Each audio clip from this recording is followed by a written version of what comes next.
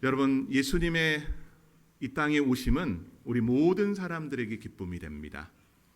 성탄절이 12월 25일인데 여러분, 세상은 이 연말을 보냄에 있어서 상당히 들뜬 마음을 가지고 있었습니다. 그런데 한 주간 우리나라에 또 큰 사건이 있지 않았습니까? 대통령의 또 비상계엄 선포와 또 150분 이후에 국회에서 이 모든 계엄령이 해지되면서 이 나라는 조금 혼란스러운 상황 속에 있습니다. 우리 혼란 가운데 있는 믿음의 성도 여러분들, 그래도 우리는 믿는 자이기 때문에 믿음의 자리를 끝까지 지켜내고 또 이 세상 가운데 지금 이 혼돈을 하나님 은혜의 손길로 또 잠잠하고 정상적인 상태로 되돌아가기를 위해서 기도하는 믿음의 성도 여러분들 되기를 소망합니다. 이 시간에는 여러분들 안에 이런 정쟁의 모습이 없었으면 좋겠어요. 색깔을 떠나고 정치적 이념을 떠나서 우리가 예수 그리스도를 바라본 가운데 나가는 귀한 성도 여러분들 되기를 소망합니다. 여러분, 인생의 가치는 무엇으로 결정될까요? 인생의 가치. 어떤 사람들에게는 인생의 가치가 정말 자기에게 있어서 내적인 부분에 어떤 사상과 또 가치관 이런 것을 이야기하는 사람도 있고 어떤 사람은 물질적인 것을 통해서 이야기하기도 합니다. 세상은 종종 오늘날 이런 모습을 참 많이 보입니다. 인생이 성공했다라고 하는 사람들을 이야기할 때 얼마만큼 부유해졌고 얼마만큼 소유를 가졌고 얼마만큼 사회적인 지위와 존경을 받느냐에 따라서 그 인생의 가치를 평가하려 듭니다. 그런데요, 성공한 사람들을 만나보면은 항상 그 안에는 공허함이 있는 것 같아요. 세상 사람들에게 잘 알려진 이름을 가지고 있는 사람들, 경제계의 사람들 같은 경우는 부유합니다. 현금으로 수조 원을 가지고 있는 사람들도 그들이 그 돈을 가졌다고 해서 만족하며 살아갈 것 같지만 여러분, 그 안에는 항상 공허한 부분들이 있습니다. 인기와 명예, 권력을 가진 사람들도 마찬가지입니다. 그 성공의 정점에 섰을 때 그들에게 밀려오는 공허함의 부분들. 등산을 하는 사람들은 정상을 정복하고자 합니다. 하지만 정상을 정복한 이후에 오는 그 공허함은 말로 다 다하지 못합니다. 이제 더 높은 산을 올라가고자 하는 마음이 모든 사람들에게 있습니다. 또 다른 정상을 올라간다고 해도 그것이 끝일까요? 그렇지 않습니다. 그 다음을 찾으면서 여전히 자신의 인생의 목표를 세워가지만 그 목표를 성취했을 때 항상 사람들에게 찾아오는 것은 공허함의 마음입니다. 여러분, 우리도 신앙생활을 하면서 때로는 이럴 때가 있습니다. 세속적인 부분이다 보니까 세상을 살아가면서 이런 성공과 물질의 풍요가 마치 하나님의 축복의 기준인 것처럼 여길 때가 있습니다. 내가 가난하고 내가 못 살고 내가 힘들게 이 시절을 보내는 것은 하나님이 나를 사랑하지 않는 것 같고 하나님이 나에게 축복하지 않는 것처럼 여겨집니다. 그러나 우리는 이런 기복적인 신앙보다는 신앙의 은혜의 중심을 바로 세운 가운데 은혜의 신앙 안에 거하는 믿음의 성도 여러분들 되기를 소망합니다. 하나님의 은혜를 갈망하기보다는 세상의 성공과 부를 바라보지 않는 것. 그 이유는 아주 간단합니다. 하나님께서 값비싼 희생으로 우리를 구속하셨습니다. 그러나 값비싼 희생의 구속을 우리는 세상의 가치를 쫓음으로 인해서 값비싼 희생으로 여기지 않습니다. 그러다 보니 하나님은 우리에게 때로 질문하십니다. 너는 왜 그렇게 살아가고 있니? 인생을 그저 손에 쥐는 것만을 위해서 달려간다면은 우리는 하나님의 영광을 위해 살 수도 없고 하나님의 뜻이 무엇인지도 알지 못하고 분별하지 못하며 살아갈 수밖에 없습니다. 오늘 사도 베드로는 이 베드로전서를 기록할 때 그가 이 베드로전서의 독자들을 어떤 사람으로 잡았는지를 먼저 봐야 됩니다. 베드로전서 같은 경우는 65년 이전에 쓰여졌습니다. 네로 황제의 박해에 의해서 베드로가 순교하기 전에 쓰여진 겁니다. 그런데 베드로전서 같은 경우는 그 기록의 대상이 바로 이런 사람들입니다. 본문 1장 1절을 보면은 예수 그리스도의 사도 베드로는 본도, 갈라디아, 갑바도기아, 아시아와 비두니아에 흩어진 나그네 곧 하나님 아버지의 미리 아심을 따라 성령이 충만하게 하심으로 순종함과 예수 그리스도의 피 뿌림을 얻기 위하여 택하심을 받은 자들에게 편지하노니라고 하면서 바로 이 지역에 있었던 사람들 본도, 갈라디아, 갑바도기아, 아시아, 비두니아에 흩어진 나그네를 대상으로 해서 이 글이 쓰여졌다는 겁니다. 우리가 지도가 없다 보니 이런 부분에 위치가 어딘지 정확하게 알지 못하지만은 여러분 이 지역을 지금의 터키 지역으로 보면 됩니다. 아시아의 터키 지역, 특별히 이 지역에 흩어져 있었던 나그네라는 것은 바로 유대 공동체에 거했던 유대인들을 이야기합니다. 근데 이 유대인들이 모두가 다 예루살렘에 살던 시절이 아니고요. 흩어져 살아갔던 시대입니다. 바벨론 포로기를 겪고 포로의 귀양 가운데 예루살렘으로 온 사람들도 있지만 많은 유대인들이 이 로마 제국의 여러 나라에서 살아갔습니다. 근데 그들은 어떻게 살아갔을까요? 자유인처럼 살아가지 않았습니다. 유대인의 그 삶은요, 항상 나그네의 삶이었던 것 같아요. 그러다 보니 어떤 지역에 들어가서 수백 년을 살아도 그들은 많은 소외와 어려움을 당했습니다. 그런데 이 베드로가 이 베드로전서를 기록할 때에 그 역사적 상황을 보게 되면은 황제로부터 이 기독교 그리스도인들이 많은 핍박과 어려움을 당하고 있었습니다. 왜 그랬냐 하면은 이 로마 사람들에게 그리스도인이라고 하는 그 존재는 정치적 반역자로 여겼습니다. 왜 그랬느냐? 이 로마 제국은 유대교를 인정했었습니다. 그리스도인들을 바라볼 때도 유대교에서 나온 하나의 분파로 봤습니다. 근데 유대인들은 어떻게 했느냐? 예수 그리스도를 믿는 자들을 향해서 여전히 이들을 박해하고 핍박했습니다. 그러다 보니까 유대교의 사람들이 로마의 황제에게 항상 상소를 한 가운데서 그리스도인들을 향한 그런 비방의 말들을 많이 하고 그들을 향해 고발을 참 많이 했었습니다. 어떤 고발이었느냐? 데살로니가 전서에도 그런 내용들이 나오는데요. 이 예수 믿는 사람들이 가이사를 따르지 않고 예수를 왕이라고 한다라는 부분에 반역의 고발들을 하게 됩니다. 그런 고발들 속에서 그리스도인들은 이 정치적인 탄압과 핍박을 받으면서 하나님을 예배하고 섬겨 나갔습니다. 여러분, 정치적인 압박은요, 정치적인 압박으로만 끝나지 않습니다. 그들과 항상 붙어 다녔던 것은 경제적인 압박이었습니다. 그 경제적인 압박은 어떤 것이었냐 하면 여러분 오늘날에는 비즈니스 어떤 사업을 하면서 거래를 할 때 그저 거래를 하면서 어떤 계약서를 작성을 하고 계약을 하는 대로 한 대로 행하면 되지만 1세기에는 계약을 하는 그 자체도 글로서만이 아니라 그들이 믿고 섬기는 신전에 가서 그 계약에 성취되었음을 서로 간 증명을 하며 이 신전에서 제사를 드리는 것을 통해서 이 계약을 이뤄갔었습니다.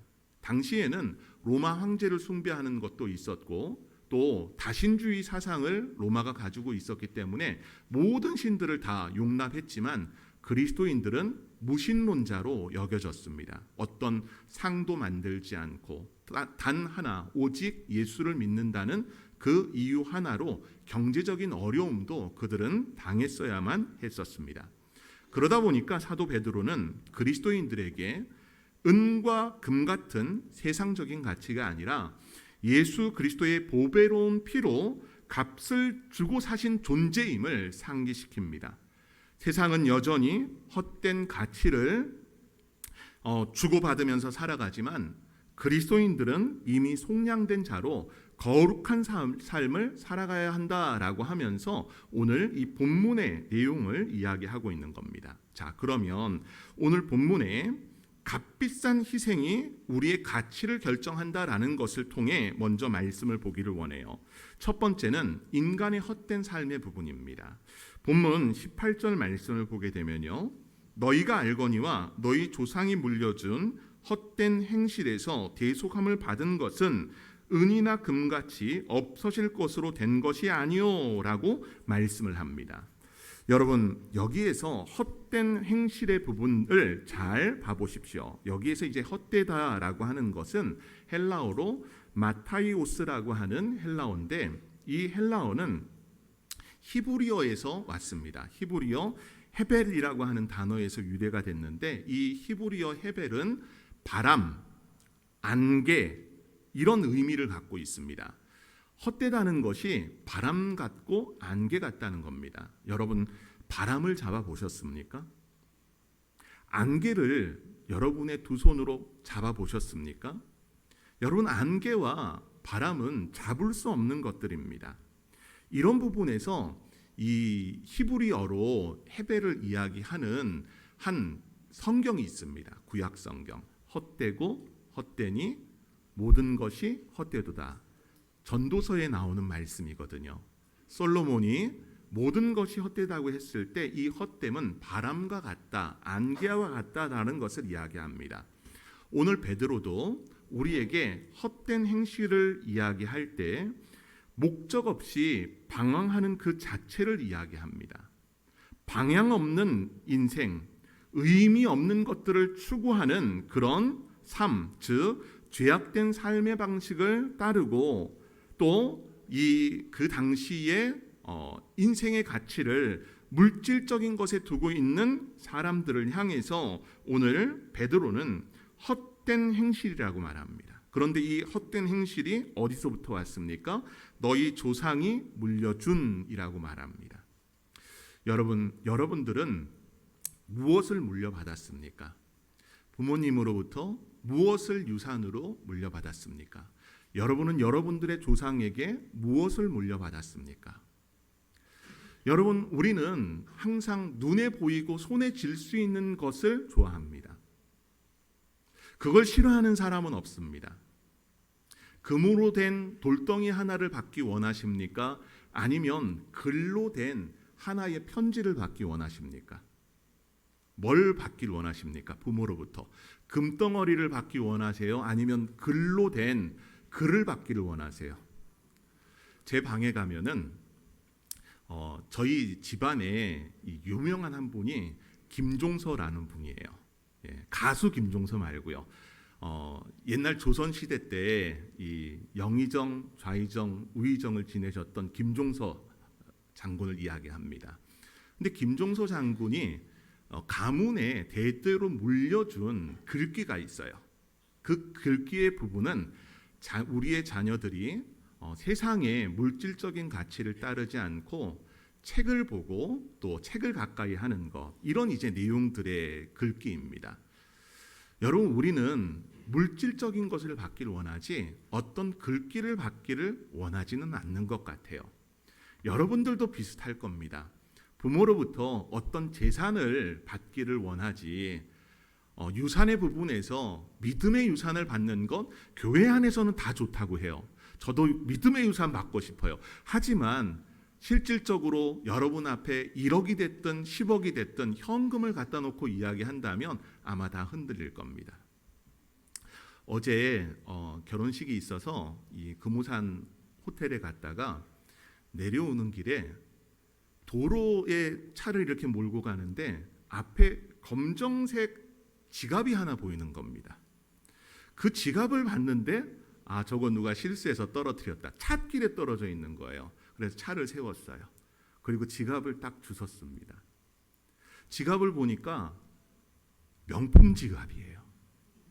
그 지갑 가격만 해도 한 300만 원 하겠더라고요. 거기에 지갑 안에 탁 펼쳤는데 노란색 현금이 100여만 원이 있는 겁니다. 저 소지 맞았죠. 순간 든 생각은 뭐였을까요? 순간 든 생각은 어떤 생각이었을까요? 제 안에는 이거 찾아줘야 되겠다라는 생각이 우선이었어요. 거기 있는 돈을 내가 갖겠다는 게 아니라 이거 찾아줘야 돼. 이거 잃어버린 사람 얼마나 쓰리고 답답할까. 얼마나 지금 이거 지갑 찾느라고 고생할까. 그랬는데 지갑에 신분증이 있었습니다. 신분증을 봤더니 이름이 탁 여자 같았어요. 근데 남자예요. 네, 이름은 여자 같지만 남자였어요. 근데 연락처를 알 수 없잖아요. 가면서 안 되면은 경찰서에 들려서 맡겨야 되겠다라는 생각을 가졌어요.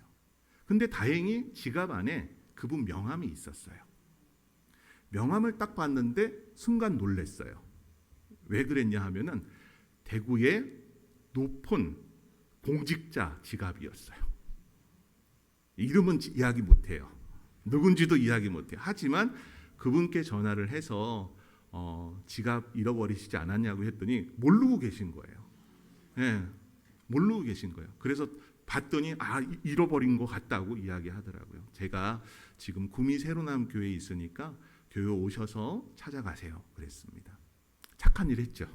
네, 여러분 우리가 딱 그래요. 박수 칠 일은 아니고요. 네, 우리가 어떠냐 하면은 물질의 부분을 갖고자 할 때 우리는 마음의 흔들림이 있습니다. 여러분인들 안 그렇겠어요? 100만 원이나 되는 현금이 그 안에 있다면 누구나가 다 그런 마음을 가질 수 있습니다. 찾아줘야 되겠다는 마음이 우선입니까? 내가 갖고자 하는 마음이 우선입니까? 갖고자 하는 마음이 보편적인 마음일 겁니다. 그러나 우리가 갖는 생각은 헛된 행실의 부분이 아니어야 된다는 거예요. 왜 그럴까요? 이 헛된 행실의 부분을 이야기를 하면서 이 베드로는 우리의 존재가 어떤 존재인지를 이야기합니다. 은이나 금같이 없어질 것으로 된 것이 아니라는 겁니다. 우리의 존재가 은이나 금같이 없어질 존재가 아니라 바로 보배로운 피로 우리가 그 존재가 되었다는 것을 말씀합니다. 여러분 앞선 헛됨이라고 하는 단어와 오늘 본문 19절에 나오는 보배로운이라고 하는 단어는 서로 대치가 되는 말씀입니다. 여기에 보배롭다라고 하는 것은 헬라어를 좀 더 찾아보면 티마오스라고 하는 단어를 사용합니다. 보배롭다는 것은 값비싸란이라는 뜻이에요. 여러분 우리는 예수님이 흘리신 그 보혈을 그 가치로 한다면 얼마나 될 것이라고 여깁니까? 피값은 여러분 사람마다 각자 다른 것 같아요. 하지만 그 피값은 한 사람을 구원하면 한 사람의 피값일 거고 그 한 사람이 피 흘림으로 말미암아 많은 사람을 구원했다면 그 가치는 엄청날 것일 것입니다. 오늘 베드로는 예수님의 이 보배로운 피, 값비싼 희생이었다는 것을 말합니다. 이 값비싼 희생을 하나님께서는 우리에게 공짜로 주셨습니다. 공짜로 받는 사람들의 마음은 어떨까요? 여러분, 공짜라고 한다면 한국 사람들은 이런 표현을 씁니다. 환장한다. 공짜 싫어하는 사람이 있습니까? 없습니다. 공짜는 다 좋아합니다. 근데 공짜로 가져간 것에 대해서 여러분 그걸 귀하게 여기고 사용하는 사람은 있습니까? 그렇지 않다라는 겁니다. 사람들마다 각자이겠지만은 내가 공짜로 받은 것에 대해서 그것이 엄청난 가치가 있는 것을 우리는 여기지 않는 모습이 항상 우리 안에는 있다라는 겁니다. 여러분 로마 사회에서는요, 이 노예 제도가 당연한 그들의 이 신분 제도 속에 노예라고 하는 존재가 있었습니다. 심지어 로마 같은 경우는 로마에서는 일반 평시민 한 사람이 노예 4명을 뒀다라고 합니다. 노예는 가치고 돈입니다. 근데 이 노예가 자유를 얻으려면 어떻게 했느냐? 금이나 은을 통해서 이 속전을 다 지불해야지만 노예에서 자유를 얻을 수 있습니다. 여러분, 노예가 돈을 번다면 얼마나 벌겠습니까? 또한 노예가 해방을 하기를 원하면서 주인을 잘 섬기지만은 그 노예에서 속량받는 것은 쉬운 일이 아니었습니다. 우리의 존재가 그렇다는 겁니다. 우리가 죄 아래서 영원히 그 죄로 말미암아 죽을 수밖에 없고 죄를 씻을 수밖에 없는 존재였지만 하나님의 어린 양 대신 예수 그리스도의 그 보배로운 피로 말미암아 그 죄의 값을 다 전부 치러줬음을 말씀합니다. 여러분, 이것은 우리가 그리스도로 말미암는 구원을 이룸에 있어서 예수님이 흘린 피값이 엄청나다는 것을 알아야 합니다.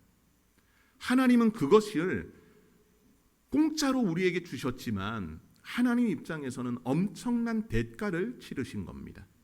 여러분, 하나님의 독생자 예수 그리스도를 우리에게 주셨잖아요. 여러분이라면 여러분의 독생자 하나뿐인 자녀를 대속의 제물로 줄 수 있겠습니까? 결코 쉬운 일이 아닙니다. 그런 부분에서 아브라함이 이삭을 하나님 앞에 바치는 것 또한 그것이 엄청난 결단임을 우리는 잘 알아야 됩니다. 여러분, 하나님은 그런 대가를 우리에게 치르셨습니다.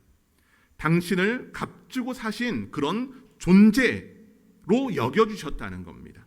자, 그러면 우리는 이제 어떻게 살아가야 할까요? 하나님 입장에서 그런 엄청난 대가를 치러주신 우리는 어떻게 살아가야 하느냐라는 겁니다. 오늘 본문 21절을 보게 되면은 너희 믿음과 소망이 하나님께 있게 하셨느니라 라고 말씀합니다. 죄사함은요, 새로운 삶의 시작의 출발점입니다. 예수님의 부활은 새 생명의 근거이며 그분은 영원한 소망을 우리에게 주셨습니다. 저는 여러분들이 이랬으면 좋겠어요. 여러분 스스로가 여러분의 가치를 스스로 증명하려고 합니까? 여러분, 세상에서는 필요합니다. 여러분의 가치가 어디에서부터 옵니까? 주중에 과거에 함께 신앙생활했던 이 형제를 만났어요. 그 형제를 만나면서 이야기한 것은 세상이 왜 이렇게 경쟁 사회인지 모르겠다라는 거였습니다. 여러분, 그렇잖아요. 모든 게 등수가 먹여집니다. 모든 게 선착순의 그런 개념들이 있습니다. 우리는 여기에서 항상 매여 있는 것처럼 보여요. 그러다 보니 나의 가치를 증명해야 됩니다. 성적을 올려서 증명을 해야 되고 계약을 성사시켜서 내 자신의 가치를 증명해야지만 살아남는다는 거예요. 여러분, 오늘날 많은 중년들 직장에서 어떻습니까? 명퇴 부분들이 얼마나 많이 들려지는지 모릅니다. 우리 성도 여러분들 중에서도 이제 은퇴를 앞두고 있는 성도 여러분들이 있잖아요. 세상에서, 직장에서. 여러분, 우리는 그런 시대를 지금 살아가고 있습니다. 내 가치를 증명해 보이지 않으면은 마치 세상에서 퇴보되고 퇴화되는 것처럼 여겨집니다. 이런 시대에 우리는 우리 스스로를 증명해야 된다라는 그런 생각들을 그리스도 안에서 내버려야 됩니다. 왜 그렇습니까? 하나님 앞에서 우리의 가치는 벌써 증명됐기 때문입니다. 무엇으로 증명됐습니까? 여러분의 믿음의 고백을 통해 증명된 겁니다. 로마서 5장 18절 말씀 보면 우리가 아직 죄인 되었을 때에 그리스도께서 우리를 위하여 죽으심으로 하나님께서 우리에 대한 자기의 사랑을 확증하셨느니라 라고 말씀합니다. 여러분, 우리가 어떤 선을 행하고 또 사람들에게 감동을 주고 존경을 받고 그것을 통해서 하나님의 사랑이 확증됩니까? 아닙니다. 우리가 아직 죄인 되었을 때에 그리스도께서 우리를 위하여 죽으심으로 하나님께서 우리에 대한 자기의 사랑을 확증하셨다라고 말씀합니다. 여러분, 우리의 존재는 바로 그런 존재입니다. 우리는 우리의 삶이 실패했고 하나님의 사랑을 받을 자격이 없다라고 여겨서는 안 됩니다. 우리의 구속과 우리의 가치는 공로가 아닌 예수님의 희생으로 말미암아 이루어졌기 때문입니다. 그리스도의 희생은 이미 모든 것을 완전하게 이루셨습니다. 그렇다 한다면 우리는 이 마음을 가지고 예수님의 십자가를 바라보면 됩니다. 우리가 하나님의 사랑을 받을 자격이 없다고 여겨질 때 고개를 들어 예수님의 십자가를 바라보십시오. 여러분들의 가치가 세상적 가치가 아닌 이미 지불된 값비싼 피, 보배로운 피로 결정되었다는 것을 우리 믿음의 성도들이 믿음으로 나아가는 은혜가 여러분들 안에 있기를 소망합니다. 오늘 이 본문의 마지막 21절 말씀에 너희 믿음과 소망이 하나님께 있게 하셨느니라 라고 말씀합니다. 여러분, 믿음은 하나님께 있습니다. 소망은 하나님께 있습니까? 여러분에게 있습니까? 우리는 믿음의 부분을 하나님 앞에 분명히 두려고 합니다. 그럼 반대로 소망의 부분은 어떻습니까? 소망의 부분을 이 다른 용어로 쓰면은 희망으로도 우리는 바꿔 쓸 수 있습니다. 희망과 소망의 차이는 과거에 제가 설명을 한번 해드렸어요. 여러분, 희망은요, 내가 원하는 겁니다. 내가 원하는 것은 날마다 바뀝니다. 어떤 것을 이루면 그 이룬 이후에 또다시 다른 걸로 바뀝니다. 희망은 바뀌어요. 하지만 소망의 부분은 어떻습니까? 소망을 하나님 앞에 두고 예수님께 둔 그 소망은 바뀌지 않는다는 겁니다. 하늘에 많은 별들이 떠 있습니다. 그 별들은 모두 다 움직입니다. 달도 움직이고 하늘에 떠 있는 많은 별들도 움직입니다. 그러나 변치 않는 것이 있습니까? 없습니까? 있습니다. 지구는 태양을 중심으로 해서 돌듯이 우리 믿음의 성도들이 하나님을 인정함 가운데 하나님을 중심으로 해서 살아가는 은혜가 성도 여러분 모두에게 있어야 됩니다.